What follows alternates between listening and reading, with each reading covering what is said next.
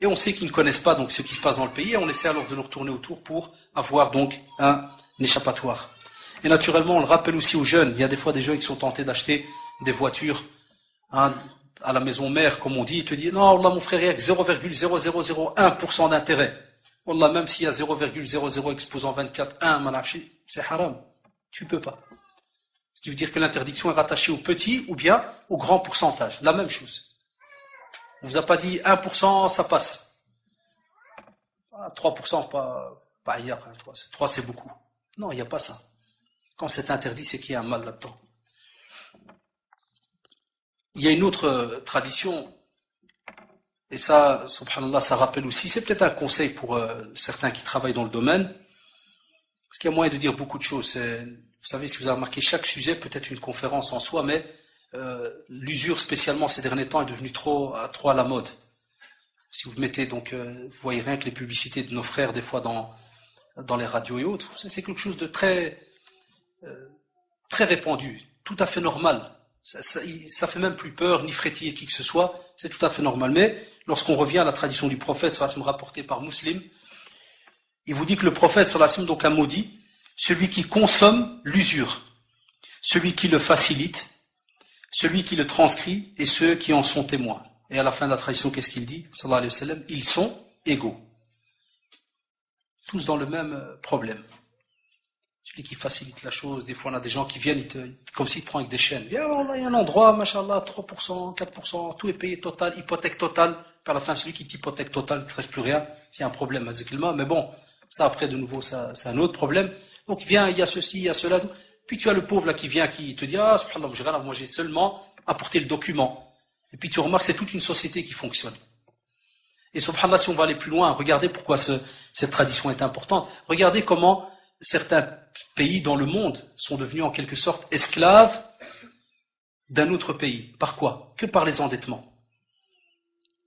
Le pays a demandé une aide de 100 millions, après 15 ans, il doit remettre 1 milliard.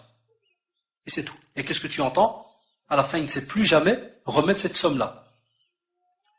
Et puis après X temps, tu entends, voilà, tel pays a fait, il est trop gentil ce pays, il est vraiment, mashallah, humanitaire, tout ce que tu veux. Il fait cadeau, il abaisse la dette de 50 millions. 50 millions, ça peine, je crois, les frais administratifs qu'il a laissé tomber. Ah, mais la dette en elle-même, elle est là. Ça, c'est dans les pays. Que penser dans les familles? Aussi, l'autre problème qui apparaît lorsqu'on vous appelle des fois, on vous dit voilà, et on n'accepte pas cette remarque. On dit souvent, les savants le disent souvent, que les familles qui mettent en pratique donc cette usure, achètent de cette façon-là, ils voient déjà les problèmes leur tomber dessus déjà dans leur famille. Souvent, nous, on a eu comme remarque, vous pouvez aller questionner autour de vous.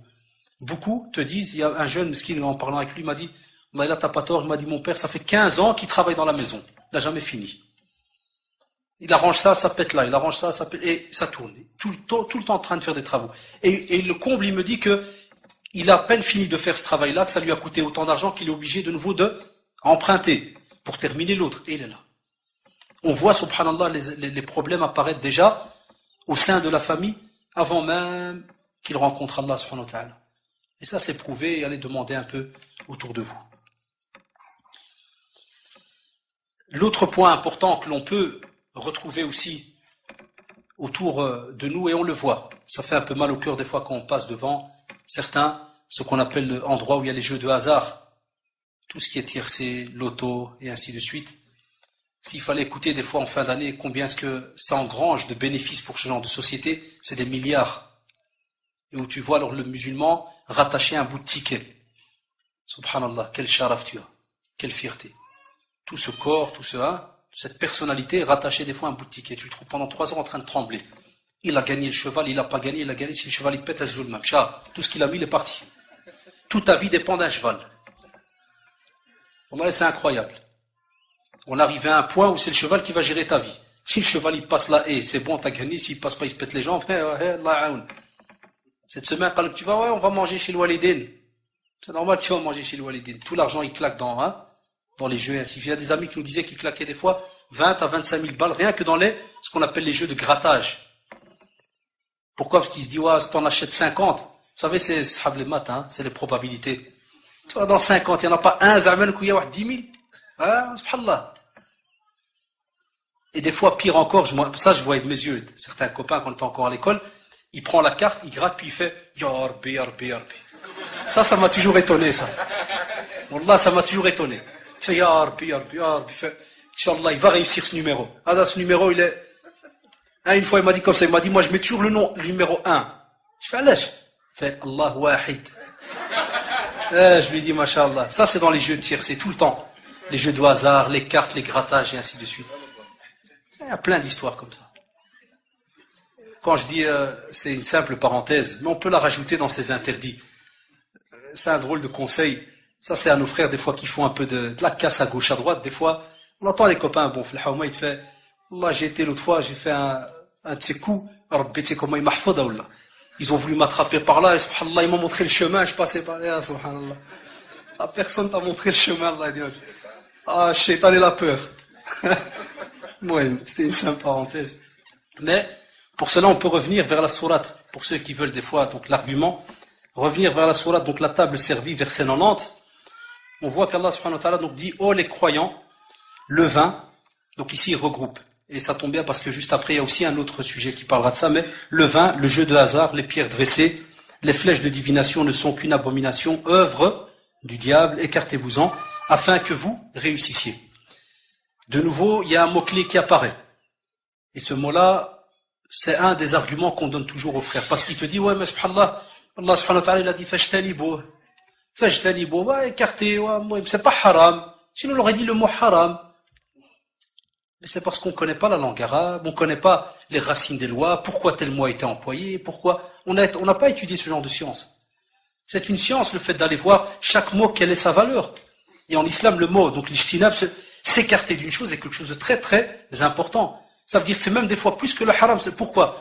Parce qu'une chose peut des fois être haram et tu peux te mettre debout devant elle. Donner un simple exemple, un paquet de biscuits qui est fait par exemple de graisse animale, complet. Il est haram ou pas? Le haram ne peut pas le manger. Mais est-ce qu'il est haram de ne pas se mettre debout? Ça veut dire le gars qui, si jamais il rentre dans le GB, il marche à plat ventre, en disant non, ça c'est le rayon des biscuits. Non, Taïb, il va passer normalement. Mais ici, c'est plus grave. Ici, qu'est-ce qu'il te dit?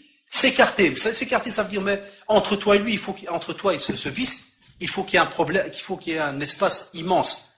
Non, même pas t'en approcher, ni t'approcher des prémices, des choses qui peuvent, donc, te mener à peut-être essayer de goûter ou à voir qu'est-ce qu'il y a donc dans ce genre de choses.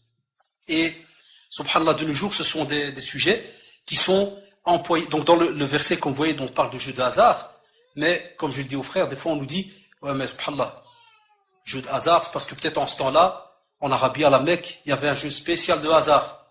Ici, ça s'appelle Toto, Loto, tous des trucs aux femmes, c'était comme ça, il te fait, ça n'a rien à voir. Subhanallah, tu viens. Il m'a dit, je l'ai acheté Bla'arak Diali, moi je donnais de l'argent pour qu'il me donne la carte. Il me dit, quel hasard là-dedans? Il me dit, l'hasard, ça c'est un concours. Et on essaie alors il y a les tombolas. Il y a plein. C'est en quelque sorte, c'est le même sujet, mais auquel on a mis des noms différents. Et que le problème, il est le même. La finalité, c'est la même chose. L'autre sujet qui est important, c'est aussi le fait de ce qu'on appelle manger de l'illicite.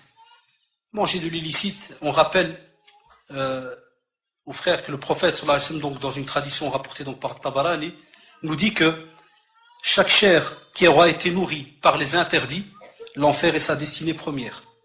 C'est-à-dire que le musulman fait attention que ça soit donc ce qu'il mange, ce qu'il porte sur lui, son comportement, la parole et ainsi de suite. Mais ici, on parle spécialement de tout ce qui est naturellement le côté illicite. Et on vous rappelle donc de la tradition aussi, une autre tradition rapportée par Muslim, où le prophète sallallahu alayhi wa sallam nous parle donc de celui qui est hirsu plein de poussière, et que tout ce qu'il a donc est illicite. Et puis qu'est-ce qu'il fait? Il invoque Allah subhanahu wa ta'ala, et s'étonne qu'il n'y a pas de réponse. Et on le voit aussi, et c'est très grave, chers frères, car les vacances approchent. Qu'est-ce qu'on remarque pendant les vacances? Et regardez pourquoi chaque sujet est lié à bien d'autres sujets. Combien de frères parmi nous apportent des VTT, des boosters, des motos, des jet skis, et on les apporte le Walid, Sahab 207. Parce que le Walid Miskin ne connaît pas les prix. Et comme je le dis toujours à mes petits frères, je leur dis toujours, il n'y a qu'une race dans le monde qui trouve des GSM à 500 francs, des vélos à 100 francs,